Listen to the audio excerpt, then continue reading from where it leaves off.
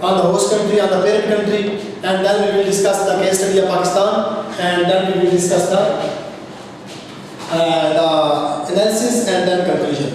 So this is about